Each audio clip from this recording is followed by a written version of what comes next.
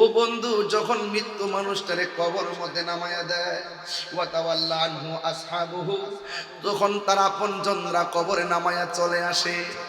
ও বন্ধু, শুধু তাই নয়, ইন্নাহু লা ইয়াসমাউ কারআনি আলিহিম, আপনজনরা যে কবর দিয়া চলে আসে, কবরের নিচ থেকে আপনজনের পায়ের আওয়াজ শুনতে পায়।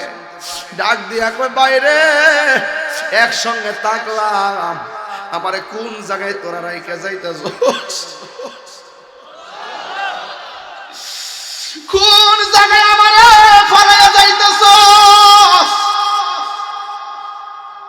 ওয়া তাওয়াল্লা আনহু আসহাবুহু, ইন্নাল আবদা ইযা ফুদিয়া ফি কবরিহি, কবরের মধ্যে বাইরের তেল নামাইয়া আপনজনরা যখন চলে আসে, এরপরে কি বলে একটু তাকায়া দেখেন না, কয় ইন্নাহু লা ইয়াসমাউ কারআনি আলিহিম, তার পায়ের আওয়াজটা শুনতে পারে।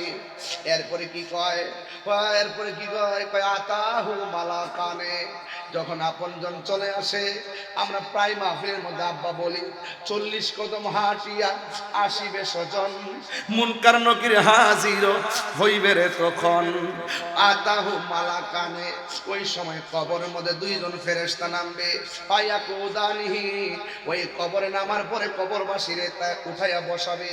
এরপরে কি হবে, ফায়াকুলানে, ওই কবরবাসীকে তারা দুইজনে প্রশ্ন করবে।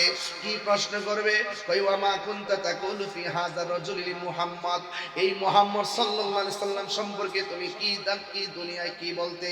ফা আম্মাল মুমিন, কবরের মানুষটা যদি মুমিন হয়, ফায়াকুলু, সে বলবে আশহাদু আন্নাহু আব্দুল্লাহি ওয়া রাসূলুহু, সে বলবে মুহাম্মদ সাল্লাল্লাহু আলাইহি সাল্লাম হলো তিনি, আমি সাক্ষ্য দিচ্ছি তিনি আল্লাহর বন্ধু।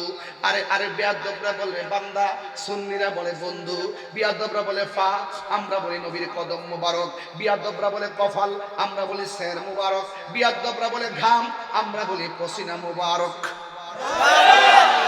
কথা বলেন ঠিক কি না?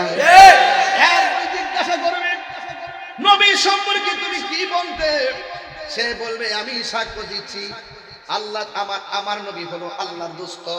শুধুমাত্র তাই নয়, বলবে ওয়া রাসূলুহু, আল্লাহর বন্ধু।